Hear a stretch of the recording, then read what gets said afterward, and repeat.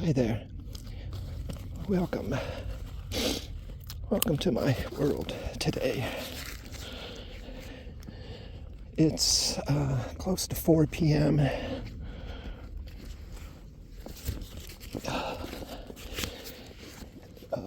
I'm in the shadow of this hillside.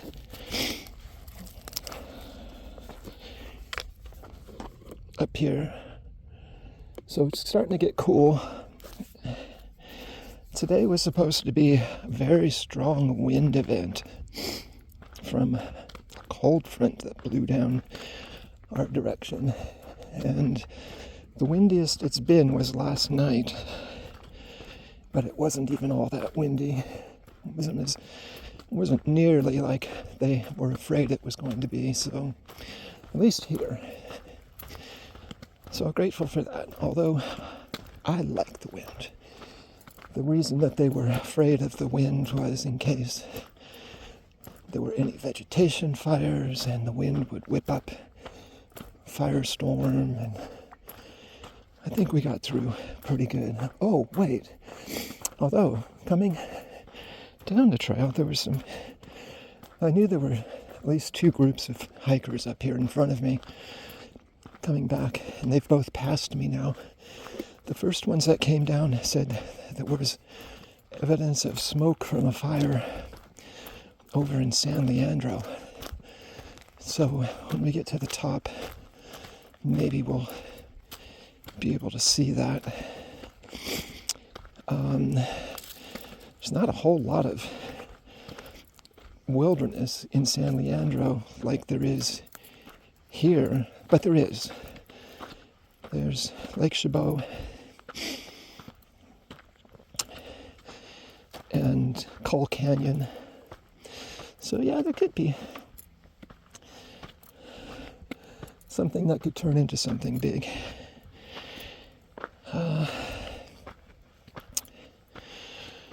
So I've been absent from doing my daily recordings.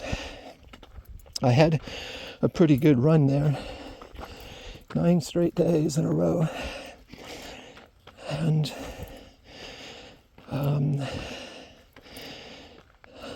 the last video I made, I was dealing with some deeper, stronger emotions, and it's just weird having somebody to talk out loud to about that kind of stuff.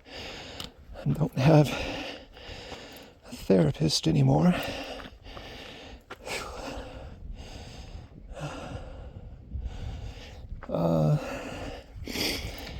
Or a psychiatrist either.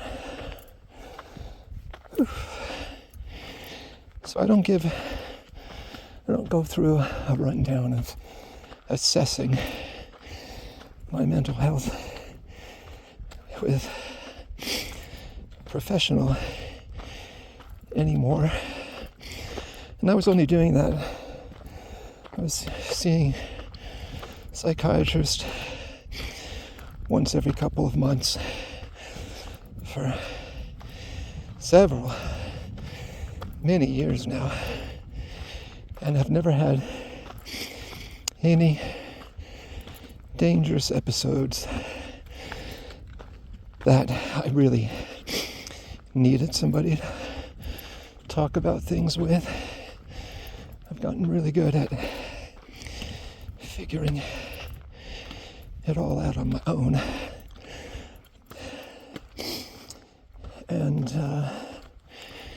And then early last year, they sent out an announcement that there was a possibility that if you had a session with any of the staff clinicians, you might get billed.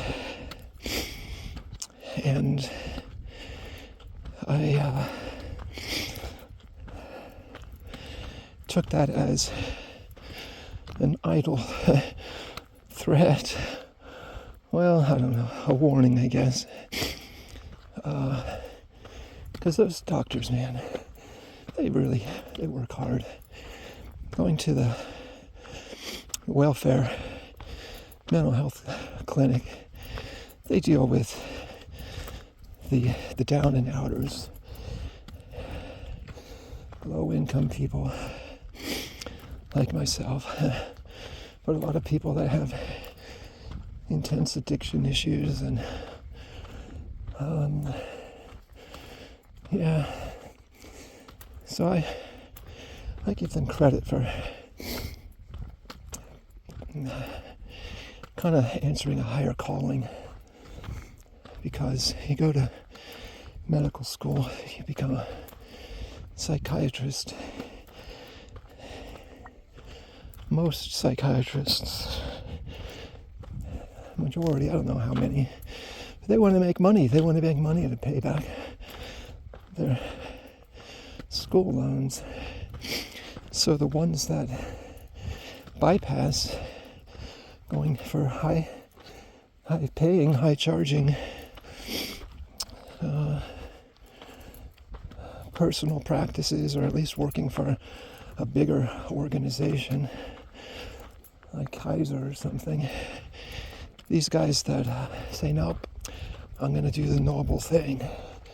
I'm going to help take care of the people that can't afford to pay. And they do that for their entire careers.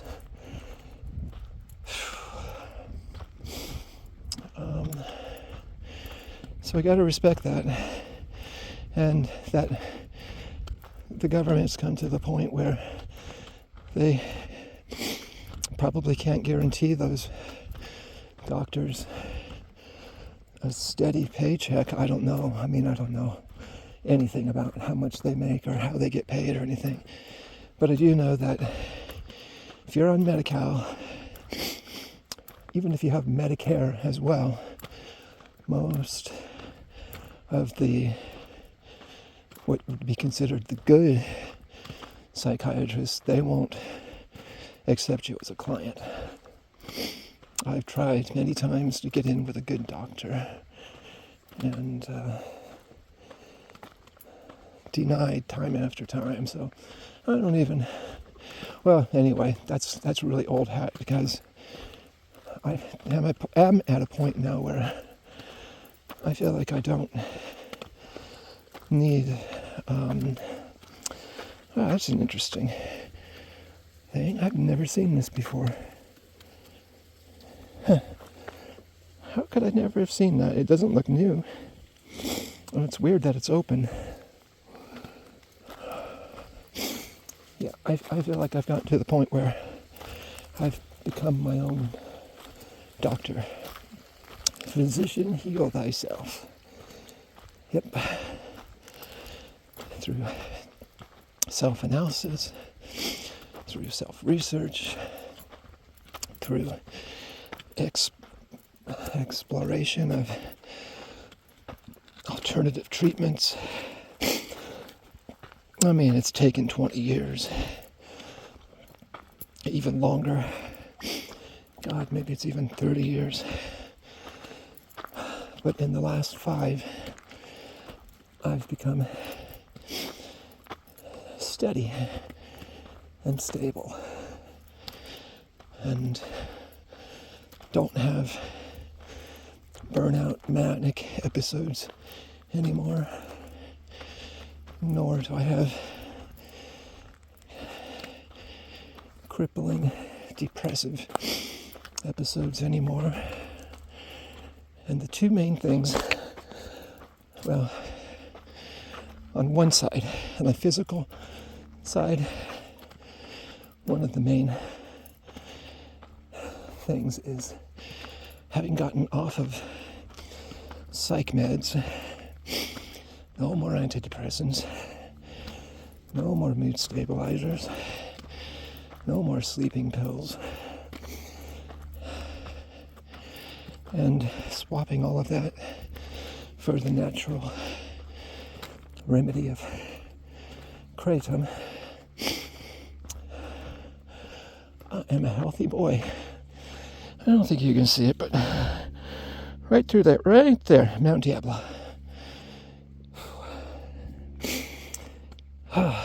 Going uphill. Uphill. We got one last uphill stretch to go until we get to the top. I'm going to try and keep this going until we get to the bench. I didn't start at the bottom of this trail with this video. I started about halfway up. So probably be about a 30-minute recording or so when we get there.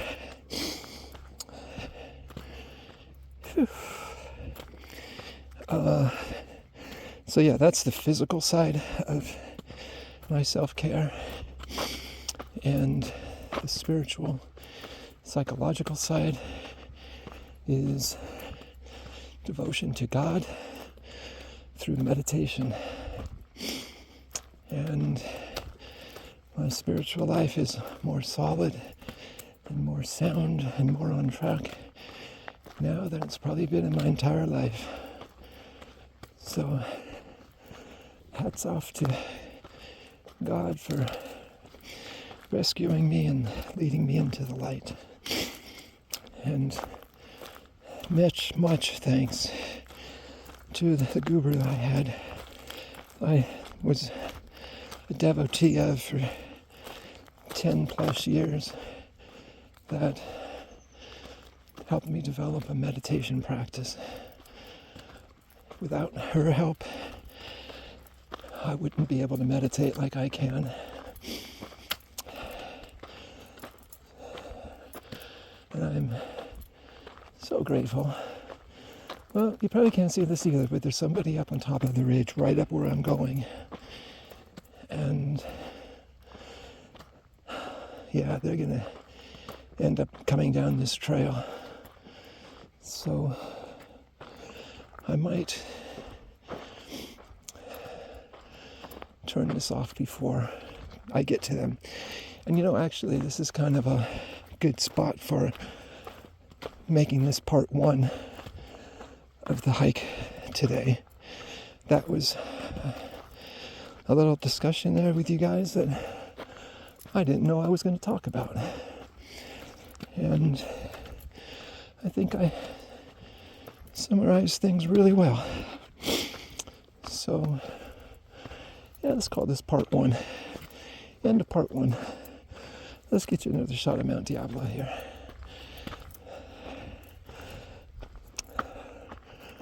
There she is. There she is. And that's where I'm going, right up there. That person just walked into that bush, so you can't see them. Okay, guys, 13 minutes. Yeah, that's good. Okay, part two in a few minutes. Okay, this is part two. Made it to the top. There's Mount Diablo, which I've been to the top of many times, and that is higher than we are here. Here's this nice little bench the Rangers built, and it's in honor of a guy named Randy Sampson, who I'm pretty sure went to Monte Vista High School. He was born in 1955, so he's 3 years older than I am. That means when I was a sophomore, he would have been a senior. Or when I was a freshman, he would have been a senior. And he was a runner, trail runner, music lover, keep running. He probably ran this trail a lot. And but I tried to look him up. I couldn't find a picture in a yearbook. Couldn't find an obituary. I should probably look again. I have new skills. I can maybe find something. Okay, there's the San Francisco Bay. Over there is where San Francisco is. San Leandro. San San Leandro probably comes over to about here. Then you got Castro Valley. Then you got Hayward. Then you've got Union City. And then Fremont all down there. And way Santa Cruz way down there. Way, way, way down there. Okay, let's get out of here. I got to go back down. I was talking about something before, and it was pretty good talk. Oh, and this trail, I've done this trail several times, and I'll probably come back one day next week and do it. But today, for my first hike in a couple of weeks, that's a little bit more exertion than I'm ready to do for a first hike. So this is a good warm-up hike today. And see, isn't that cool? You can see my shadow. Hey, shadow. There's Mount Diablo. And we're going down the trail. And I don't think there's anybody else up here. Not coming this way, not coming down. Could be people coming up still, because it's still pretty light. Oh, and there was no wind up here.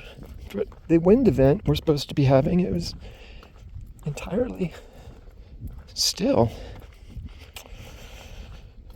So I'm going to just keep my t-shirt on and be hunky-dory. Okay, so let's talk about something deeper. Actually, that was pretty deep. It was a confession of a sort, talking about my mental health development and recovery and status. I didn't really go into any explicit examples of having insane manic episodes or suicidal depressive episodes. I've talked about that a little bit before. And I haven't really said this very much, but anybody that watches this, if you want to comment, if you want to share your own story or something, or you got questions, I'll be happy to reply and go into deeper explanations and stuff. So hopefully someday somebody other than my best friends will find these videos and wanna talk or whatever. Okay. So the other thing that's going on for me, well, I just finished an assignment. Let me just talk about work for a minute. I just finished a 2-week assignment. If I don't go crazy buying stupid little things and don't go eating out too much, the money I got from this should last me, including paying bills and buying gas and stuff like that and food, until my next assignment begins in about 3 weeks. So that's my goal. Next assignment is just as long as this one, in the middle of November. And then after that, my next assignment starts the middle of December and is going to go all the way to the middle of January. That's going to be probably the longest assignment I've ever had for one client. So God is taking care of me with work for the foreseeable future, and I'm very grateful. Okay. So the other thing I'm involved with or interested in doing right now,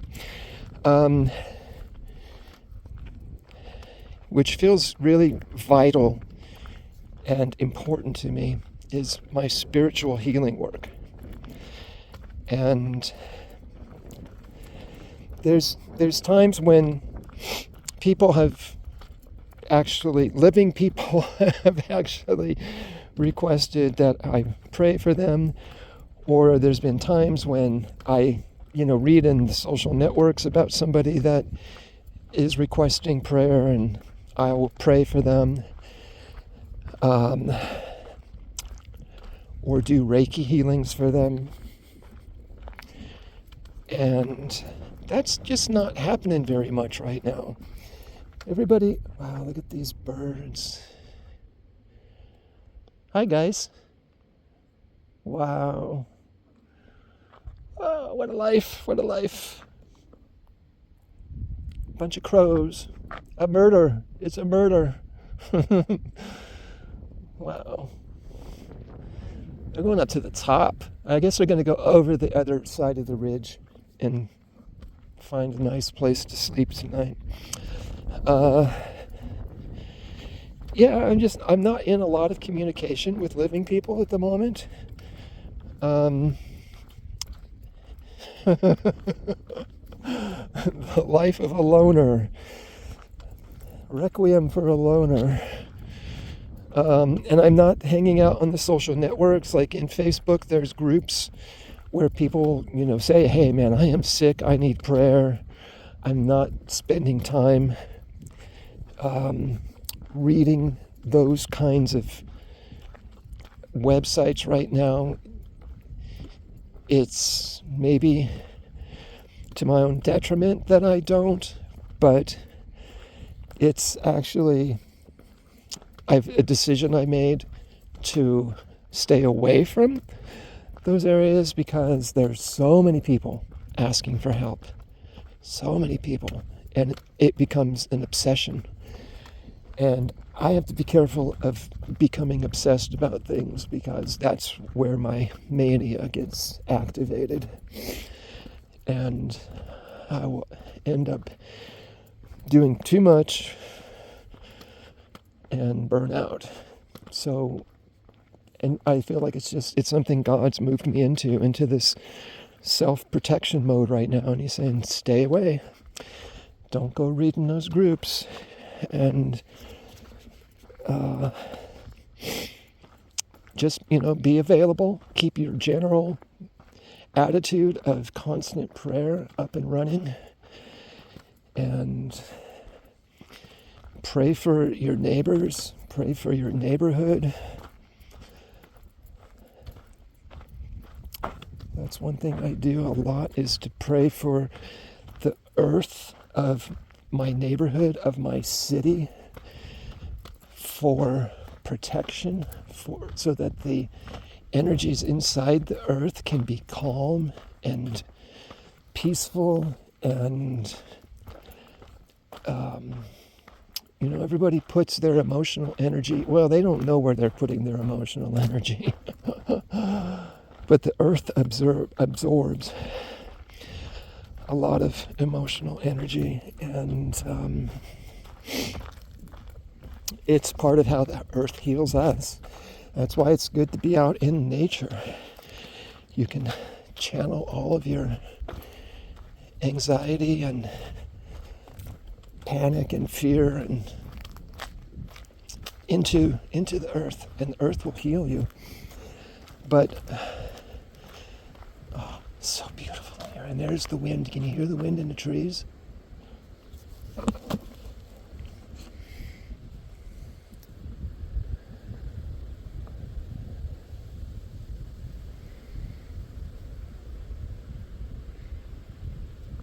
And it's warm. It's a warm breeze. It's so nice.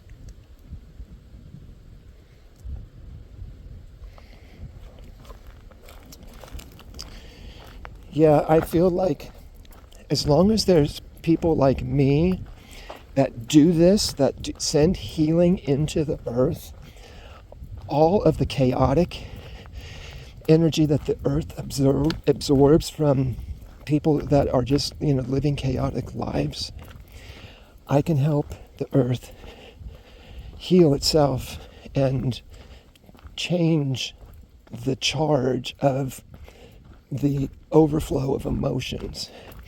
This is just a theory of mine. I've never really read this anywhere, and I'm kind of like maybe saying it for the first time right now. But I feel that by sending love channeling, highest light from heaven down as love into the earth. That heals the earth, that helps the earth be calm, that helps the earth transmute the chaotic energy of all the people that live on her surface.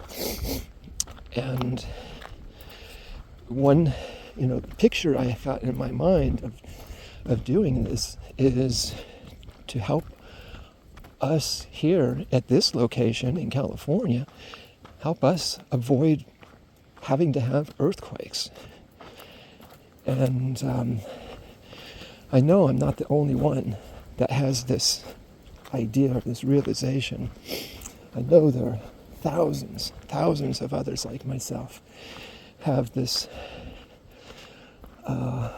calling, if you will, and we bring the chill, from the high heavens down into the earth, and then that healing spreads back out to the people that are living the chaotic lives. So it's a big circle.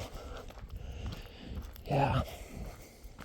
So every day we don't have a earthquake, I thank God, and focus more. Isn't this just beautiful? It's kind of spooky. It's just a spooky little woods here. Look at that. Cool tree, but yeah, this is really spooky. Look at this here. This is so good. One day this storm's going to come and this tree will not be able to hold. It's going to come down. There's a couple more like this. There's one that's really in a precarious position that makes me nervous. Okay. So that's how I'm healing now. That's how I'm healing the population. Not working with individual cases. Even though I could, and I would. If somebody called me and said, Dara D, man, I don't feel good. Will you pray for me? And I'm like, oh yeah, I would drop everything in an instant to focus on praying for you and sending you a healing.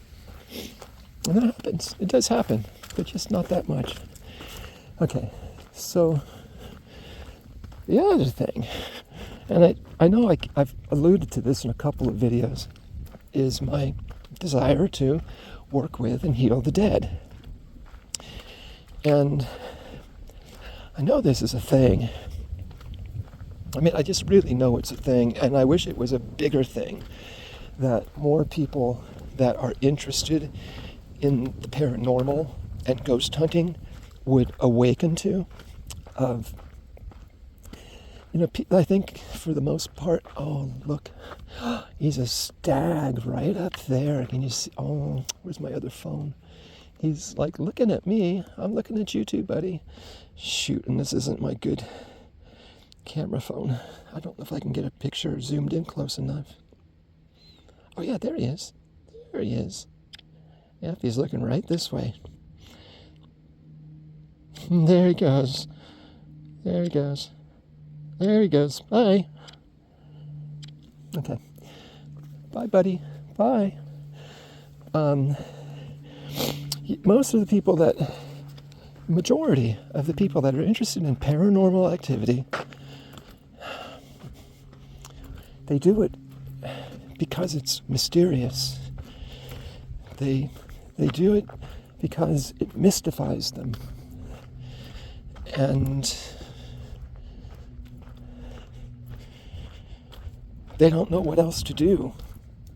So, they get all their gear, they get all the electronics that is supposed to be sensitive to spirit energy, and their special cameras and recorders, and they go to places that they think the dead would be present at, and it's shallow to me. They want a thrill. They want to become adept at collecting this evidence and it's a game. And I think that's just, it's sad, it's shallow, it's missing the whole point. If you encounter the spirit of a dead person that is like actively haunting a location, and all you want to do is to get a picture or an EVP, you're a showman, you know? You don't care about that person's soul. And I am being critical. I guess I am being kind of judgmental. But I'm really just trying to call out what's a problem today. Wow, I'm seeing a trail over there that doesn't look familiar to me, right straight ahead of me. Shoot, what is that? Right? Or, oh, maybe, no, I think I do know it. Okay, I do know it. I've just never really looked at it from this position before.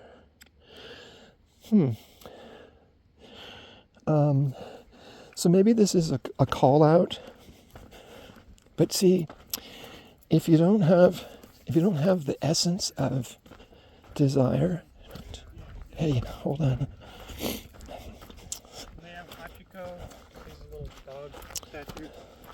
I mean, he was a real dog. If you don't have the essence of the kernel, the seed in your heart of wanting to be a healer, to heal people, you're not going to be able to do this. You can't turn somebody into a healer that's not a healer, or that doesn't have a deep hidden inclination to become a healer. Oh, this wind. There's the wind I was expecting up on top. Let's see, how long has this been here? 18 minutes. Let's see if the wind quits when I get around the corner.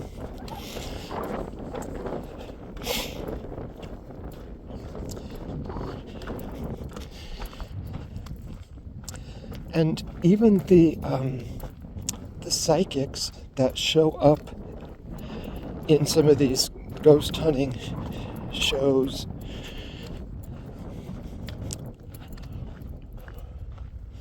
they don't know what to do either.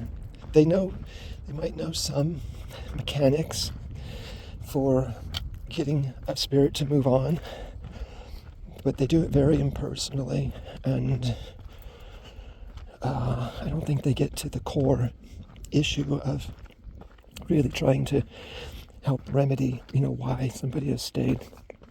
And again, I could be oversimplifying. I could be judgmental. I need to be careful of that. But this is what I feel like I'm learning how to do now. This is my goal, and this is becoming my daily practice. Just in the past couple of months, my meditation practice has amped up. My psychic awareness has amped up. And through working with my cemetery partners, working alongside my cemetery partner, I don't know what else to call her, we're both devising methodology for finding the story of souls that are stuck and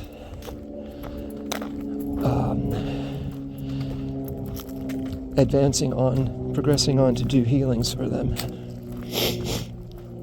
And it's like a very dynamic experience. And I'm more and more convinced each new healing that I do that this is not make-believe. This is not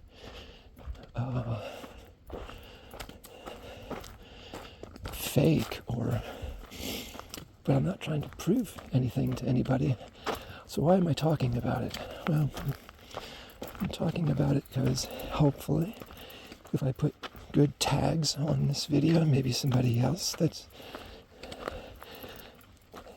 experiencing an uptick in their own spiritual healing practices, they could share stories with me. Yeah. Okay, well, said a lot there. Did it make any sense? Is it important? Is there anything else I should say? I just want to go a little bit more with the video. Show you a couple more trees that I love on this trail.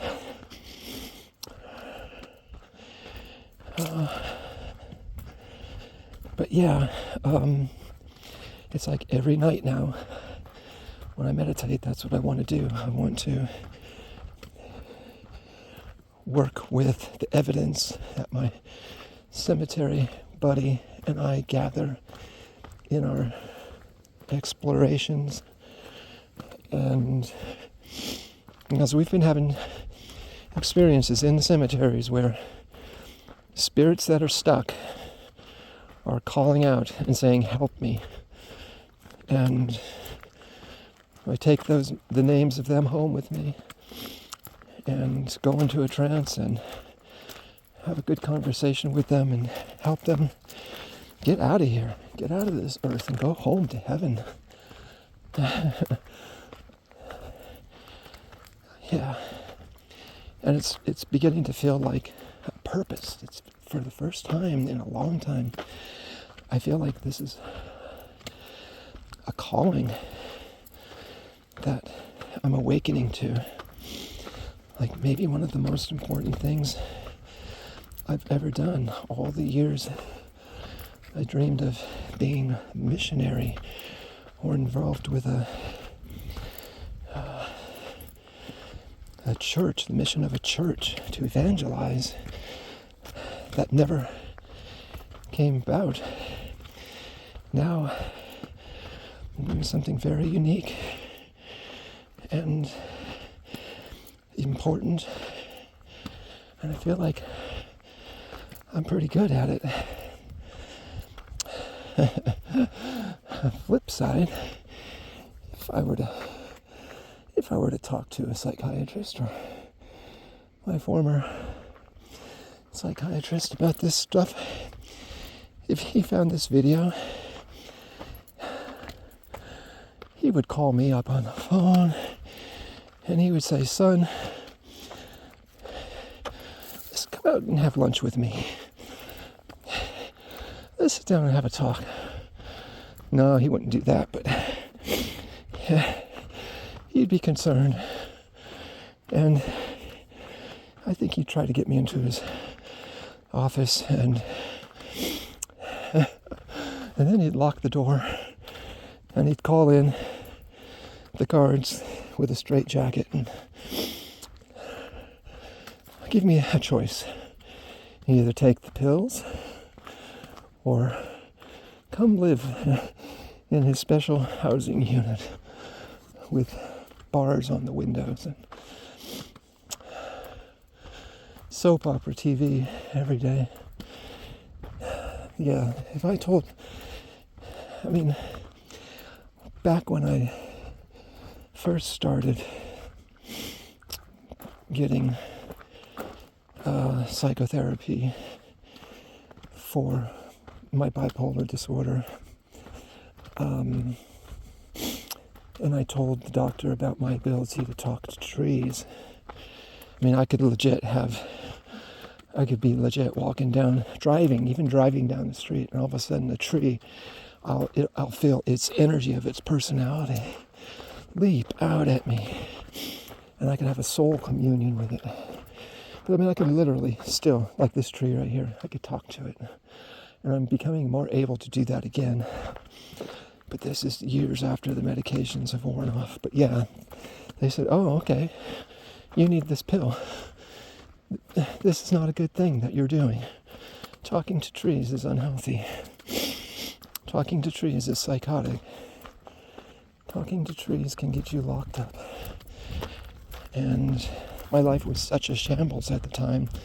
And I was scared. That's back when I was super suicidal. And I said, okay, I give up. I give up. I cannot live my life on my own. I cannot figure things out. Things only get worse. And they were getting scary. And I didn't want to commit suicide. So I took the pills. But yeah, that's what I was trying to say. If this conversation I'm having right now, if I told this to my psychiatrist, the one that I last saw, I don't know, 6 months ago, 10 months ago, he would advise that I'd start taking the pills again. So I don't want him to know. I don't want him to know how I'm feeling and what I'm experiencing. And I don't think anything I'm experiencing is dangerous. I'm convinced it's not. Well, it's further to get to this couple of trees than I thought it was going to be. And I've really talked so much. This is going to be a super long video. So I'm going to turn this off. I'm going to stop. There's Mount Diablo. Okay. Bye, guys.